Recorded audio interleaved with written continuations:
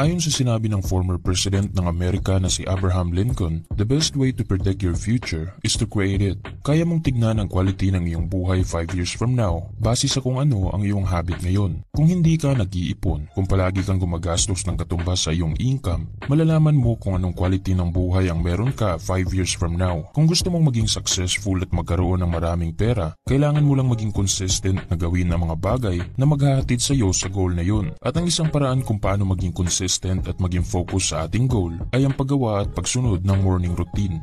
Ang quality ng iyong araw ay nakabase sa kung paano ito nagsimula. Kung gumigising ka na grateful at nagpapasalamat sa kung ano ang meron sa iyo ngayon, mararamdaman mo rin ang positive energy sa iyong katawan at makikita mo ang mga bagay sa positibong pananaw. Pero kung gumigising ka naman na ungrateful, may galit at nagrereklamo, hindi mo mararanasan at makikita ang mga positibong pangyayari sa iyong araw at posibleng ito rin ang maghahatid sa iyo sa kabiguan. Ang mga mayayaman ay merong morning routine na sinusunod kaya sila nananatiling productive, focus at mas lalo pang nagiging successful. Sinisimulan nila ang araw na merong intensyon. Hindi nila pinapayagan na masayang ang kanilang oras sa mga distractions at mga gawain na wala namang koneksyon sa kanilang goal. Alam nila na mas powerful ang ating utak tuwing umaga dahil hindi pa tayo bombarded sa mga distractions kaya tinitake advantage nila ang sandaling ito para maging handa at para maging productive sa buong araw. Kaya naman sa video natin ngayon, pag-uusapan natin ang 4 na morning routines ng mga mayayaman. Ang purpose ng video ito ay para mabigyan ka ng ideya sa kahalagahan ng morning routine at kung paano ito nakakaapekto sa ating araw at sa ating buhay. Routine number 1. Alamin mo ang iyong priority sa bawat araw. Meron lang tayong 24 oras araw-araw. Alam din natin kung gaano kalimited ang ating oras, kaya mahalagang may nagagawa tayong mga meaningful na bagay, mga bagay na merong koneksyon sa ating goal. Isang gawain na magmo-motivate sa iyo para maging productive ay ang pag-alam ng iyong priority. Maraming distractions ang pumipigil sa atin upang gawin ang mga tamang bagay, kaya mahalagang alam mo ang iyong priority araw-araw at gawin mo itong morning routine. Kung goal mong makaipon ng pera ngayong buwan, gawin mong priority ang pagsunod sa iyong budget. Kung goal mong mag-quit sa iyong trabaho, gawin mong priority ang pagbuo ng side business. Kung goal mong mabawasan ang iyong timbang, gawin mong priority ang mag-exercise at kumain ng masustansyang pagkain. Kapag alam mo ang iyong goal at kung ito ang iyong priority araw-araw, imposibleng hindi mo ito makakamit. Tuwing gigising ka sa umaga, maglaan ka ng konting oras para tanungin ang iyong sarili kung anong bagay o gawain ang magbibigay sa iyo ng satisfaction, yung pakiramdam mo na meron kang achievement. Ang gawain ito ay ang nagpapaalala sa iyo kung ano ang iyong goal, kung anong desisyon ang dapat gawin. Meron tayong mapagpipilian araw-araw, ang maging successful at unsuccessful, healthy at unhealthy, productive at unproductive, at ikaw na ang bahala kung saan ka o kung ano ang iyong pipiliin. Majority sa mga mayayaman at successful na tao ay merong affirmation na binabasa araw-araw at una nila itong ginagawa pagising sa umaga.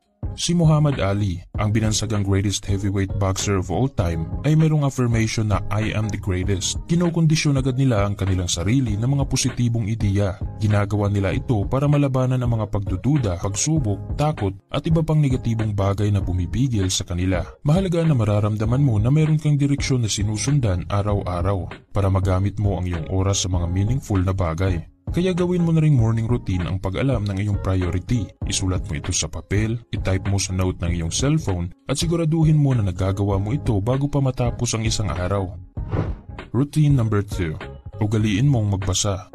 Malaking tulong ang habit ng pagbabasa tuwing umaga kung gusto mong maging successful dahil dito mo madalas matatagpuan ang mga ideya o advice na hindi mo maririnig sa iyong mga kaibigan at mga ordinaryong tao. Meron kang malaking advantage sa iba kung isasali mo sa iyong morning routine ang pagbabasa. Kung noon ang una mong hinahawakan tuwing umaga ay cellphone at mag-browse ng random na bagay sa social media, ngayon ay ugaliin mong magbasa ng libro at maging humble na matuto sa iba.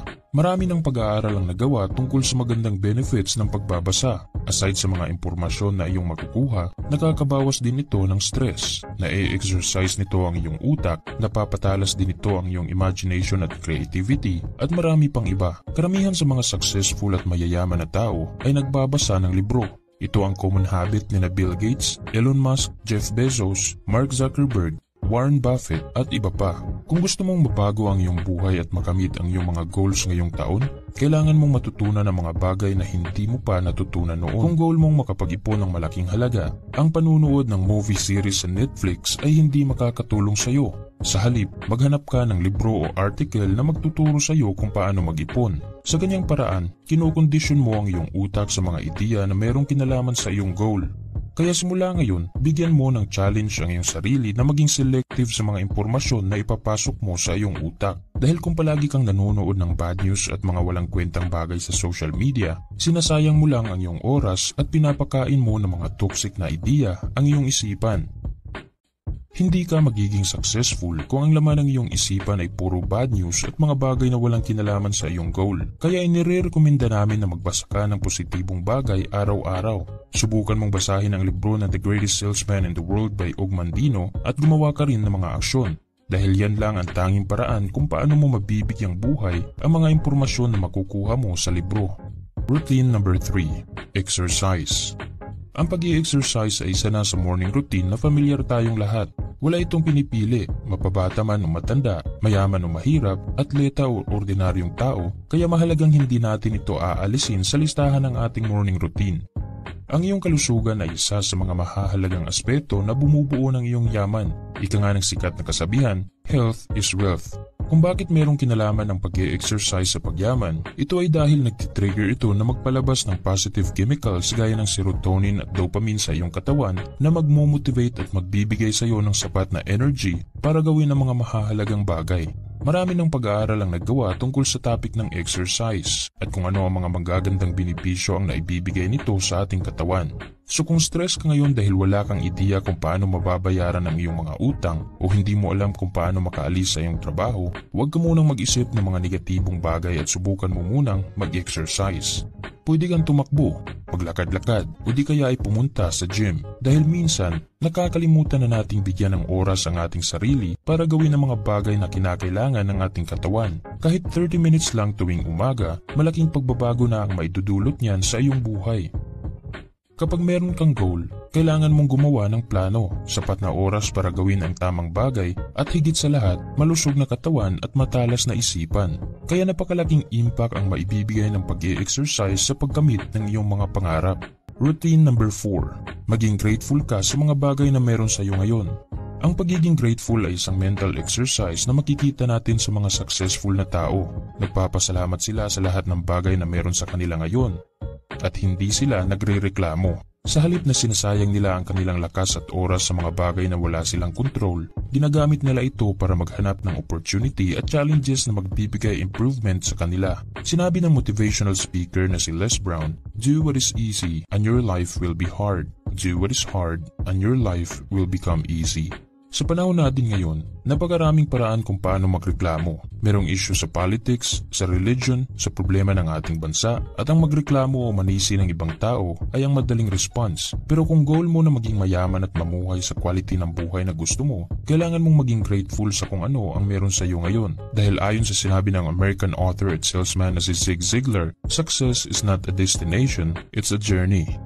Kahit hindi mo pa nakakamit ang iyong goal ngayong taon, pero nagsisimula ka na sa proseso, kailangan mong maging grateful dahil meron ka ng ideya sa iyong destinasyon. Kahit meron ka pang utang, pero unti-unti mo na itong nababayaran, maging grateful ka dahil oras na lang ang kailangan at mababayaran mo na yan lahat. Ipaalala mo sa iyong sarili tuwing umaga kung ano ang iyong goal at maglista ka rin ng at least 5 bagay na grateful ka. So kung paano mo magagamit ang 4 na morning routine na tinalakay natin ngayon, kailangan mo lang isulat ito sa iyong journal o di kaya sa iyong notebook. Gumawa ka ng 4 na column at isulat mo ang bawat routine sa itaas na parte. Tapos isulat mo kung ano ang iyong priority ngayong araw. Kung anong libro ang babasahin mo, ilang pages, at magbasa ka ng minimum of 30 minutes. Tapos ilista mo rin kung anong uri ng exercise ang gagawin mo at kung ilang minuto mo ito gagawin. At panghuli ay isulat mo ang 5 bagay kung bakit grateful ka ngayon. I challenge you na gawin mo ang ganitong exercise sa loob ng 60 days at balikan mo ang videong ito para magbigay ng comment sa resulta ng exercise. Mag-comment ka ngayon ng #deal kung gusto mong gawin ang challenge at magbigay ka rin ng isa pang morning routine na sa tingin mo ay magbibigay ng malaking improvement sa buhay ng isang tao. Sana ay may natutunan ka sa video natin ngayong araw. Huwag kalimutang mag-subscribe para lagi kang updated sa mga bagong videos namin. I-like, mag-comment at i-share mo na rin ang videong ito sa iyong mga kaibigan. Maraming salamat sa panunood at sana ay magtagumpay ka.